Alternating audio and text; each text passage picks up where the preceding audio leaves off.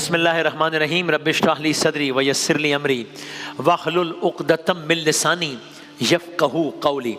داستان ابراہیم علیہ السلام یکم رمضان کو شروع ہوئی، چلتے چلتے سلسلہ داستان ابراہیم علیہ السلام، داستان اسماعیل علیہ السلام، داستان بنی اسماعیل، داستان کعبہ، داستان مکہ، داستان زمزم، داستان حضرت عبد المطلب، اور اب داستان حضرت عبد المطلب بھی آگے بڑھ رہی ہے، اور آج آپ دیکھیں گے کہ یہ ایک اگلے مرحلے میں داخل ہو جائے گی یہ داستان انشاءاللہ۔ قصہ مختصر کوئک ریکیپ یہ ہے، 300 سال سے without going into any details 300 سال ہو گئے تھے، زمزم بند ہو گیا تھا، وہی زمزم جو اسماعیل علیہ السلام کے ایریا رگڑنے سے جاری ہوا، 100 نہیں 200 نہیں 300 سال ہو گئے، زمزم بند ہو گیا۔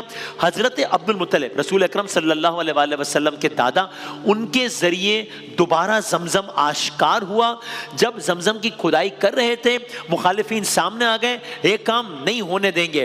مخالفین نے آپ کو تانے دیے کہ ایک تم ہو اور تمہارا ایک بیٹا ہے، حارث نام تھا بیٹے کا، جبکہ سامنے سارے قبیلے والے ایک ہیں۔ لیکن خیر کھدائی بھی ہوئی اور زمزم آشکار بھی ہوا، مگر جب وہ آپ کو قلت اولاد کا تانا دے رہے تھے تب آپ نے منت مانی تھی، اے خدا، کعبہ سامنے تھا، سارا منظر جاری تھا، ایسے میں آپ نے منت مانی، یہ مجھے تانے دیتے ہیں مکے والے، اے خدا اگر تو نے مجھے کثرت اولاد یا 10 اولاد عطا فرمائی اور وہ جوانی کی دہلیز تک پہنچے، تو جب وہ جوانی کی دہلیز تک پہنچیں گے میں ان میں سے ایک کو تیری راہ میں قربان کر دوں گا۔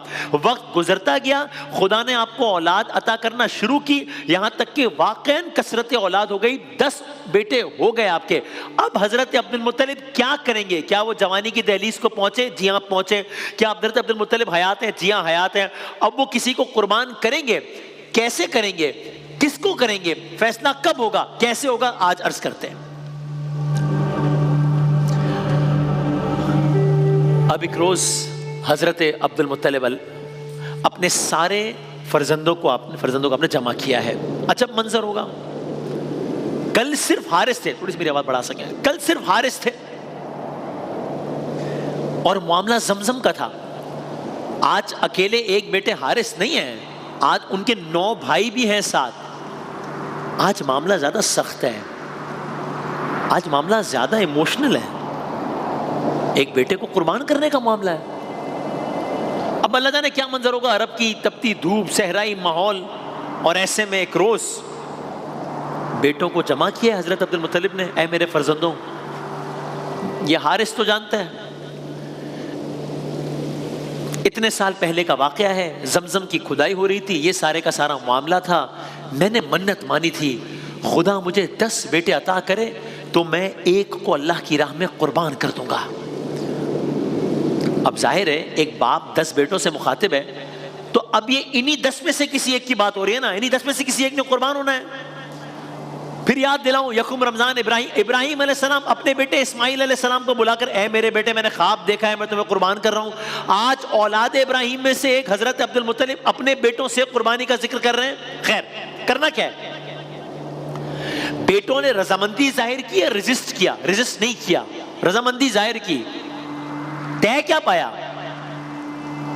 طے یہ پایا کس کی، اچھا رضامندی ظاہر کر دی، تب قربان ہوگا کون؟ قرعہ ڈالا جائے گا، ہر پرچی پر ہر بچے کا نام ڈالا جائے گا۔ اب میں پرچی کا لفظ آج کل کے حوالے سے استعمال کر رہا ہوں، اس زمانے میں رواج ایگزیکٹلی اس طرح پرچیوں کا نہیں ہوتا تھا، تیر کا ہوتا تھا، وہ تیر پہ نام لکھ دیتے تھے۔ تو میں یوں کہہ دوں ہر تیر پر ایک بچے کا نام لکھ دیا جائے گا، قرآن اندازی ہوگی، جس بھی طریقے سے جس کا نام نکلے گا اسے خدا کی راہ میں قربان کر دیا جائے گا۔ محفل برخاست ہوئی، فیصلہ ہو گیا، فیصلے کو اب ایگزیکیوٹ ہونا ہے، تیر منگوا لیے گئے، نام لکھ لیے گئے، فاسٹ فارورڈ کر کے آگے بڑھتے ہیں۔ وہ لمحہ آ گیا کہ جب اب قرآن اندازی کا آغاز ہونے کو ہے۔ عجب نہیں کہ آج عرب میں یہی یقیناً سب سے بڑی خبر آج یہ ہوگی، ارے عبد المطلب، وہی عبد المطلب جنہوں نے کل زمزم کو آشکار کیا تھا، وہی عبد المطلب جنہیں ہم نے تانے دیے تھے، وہی عبد المطلب جنہوں نے اس وقت منت مانی تھی، وہی عبد المطلب کہ وہ جب منت مان رہے تھے تو ہم کہہ رہے تھے انہیں کیا ہو گیا، یہ کیسی بات کرتے ہیں، وہ عبد المطلب آج منت پوری کرنے چلے، ابھی منت پوری ہونے چلی ہے، ابھی قرآن اندازی ہونے والی ہے، ابھی فیصلہ ہوگا کہ کس نے قربان ہونا ہے۔ عام طور پر جب قرآن اندازی ہوتی ہے تو جس کا نام نکلے اسے انعام سے نوازا جاتا ہے، لکی ڈرا کہتے ہیں نا اسے. یہاں معاملہ مختلف ہے. یہاں جس کا نام نکلے گا گویا اس کی زندگی کا سفر تمام ہو جائے گا، اسے قربان کر دیا جائے گا. میں تیزی سے آگے بڑھا. قرآن اندازی کا آغاز ہو گیا. ایک تیر اٹھا لیا گیا، ایک پرچی اٹھا لی گئی. جو بھی کیا مجھے نہیں معلوم، اللہ جانے اس وقت اس باپ کے دل پر کیا گزر رہی ہوگی جسے معلوم ہو کہ جس کا بھی نام نکلے گا اس کا لخت جگر ہوگا نا، اس کا بیٹا ہوگا، اس کے جگر کا ٹکڑا ہوگا. اللہ جانے دوسری طرف بیٹے کیا سوچ رہے ہوں گے، اللہ جانے جو یہ منظر دیکھ رہے ہوں گے وہ کیا سوچ رہے ہوں گے. آج عرب کی سب سے بڑی خبر یہی ہے.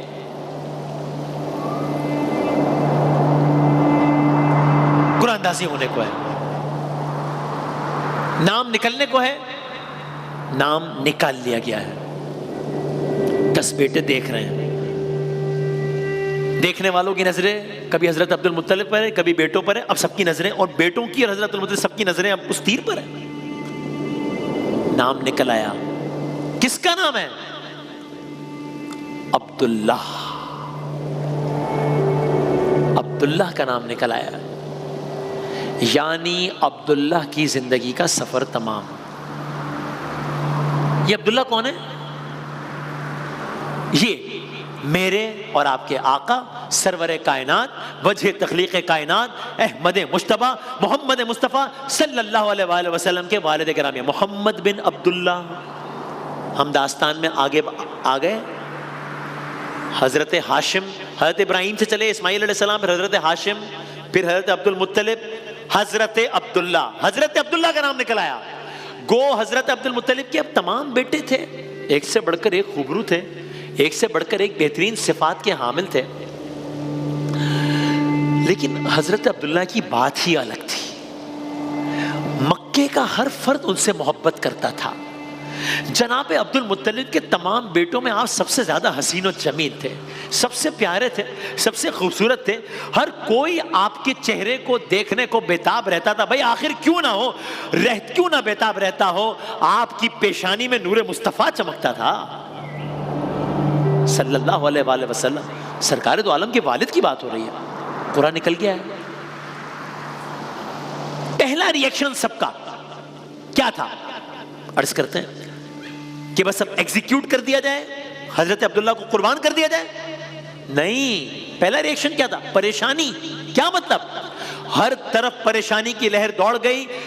کسی اور نے نہیں، وہی اہل مکہ تھے. اہل مکہ نے حضرت عبد المطلب سے درخواست کی یہ نہیں ہونا چاہیے، یہ نہیں ہو سکتا.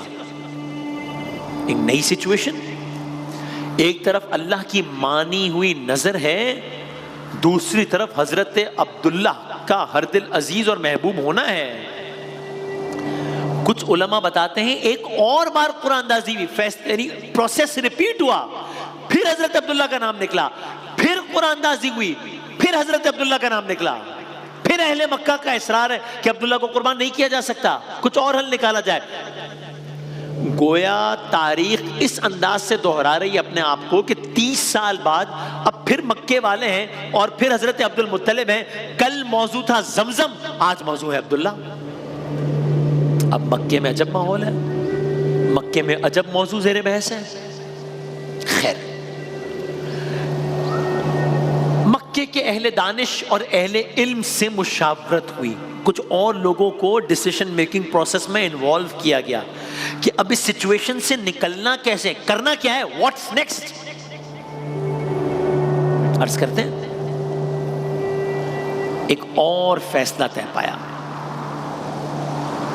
کیا طے پایا؟ اب کیا طے پایا؟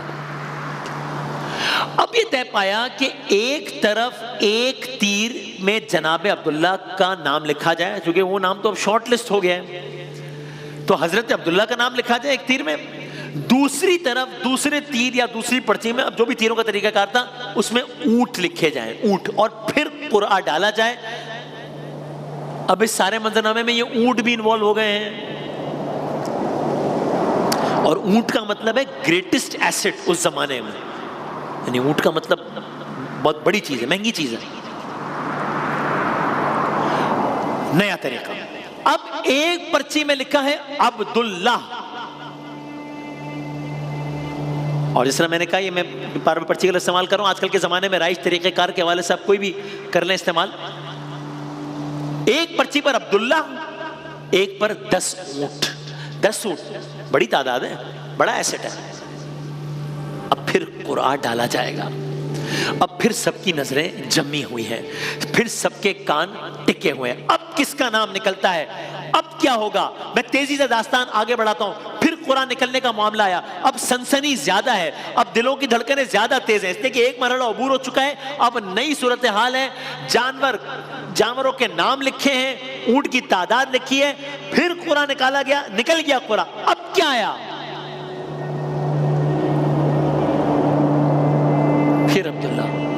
پھر عبداللہ، حضرت عبداللہ. اونٹوں کی تعداد بڑھائی گئی. 20 اونٹ کھڑے کر دیے گئے، تیر پر نام لکھ دیا گیا ہے.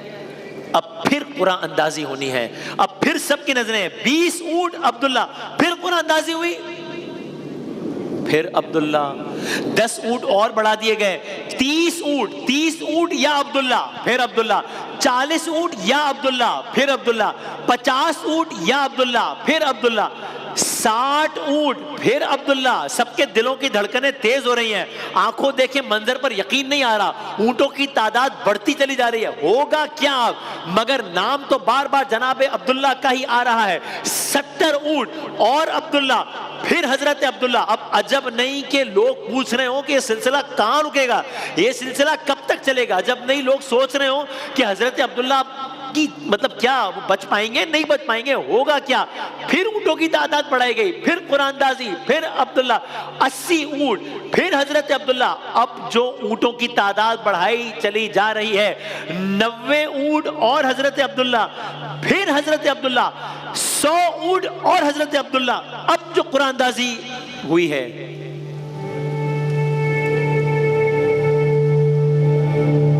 اب جو تیر اٹھایا گیا ہے 100 اونٹ اور حضرت عبداللہ، تو گویا سب میں ایک نئے ماحول نے جنم لے لیا ہے. اب جو تیر اٹھایا گیا ہے تو ایک نئے ماحول نے جنم لے لیا ہے. وہ نیا ماحول کیا ہے، کیا ہوگا؟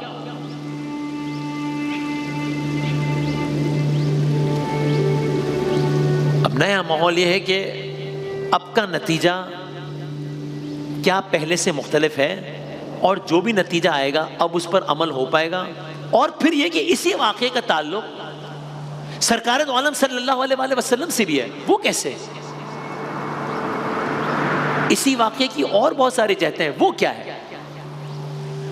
کل عرض کریں گے انشاءاللہ.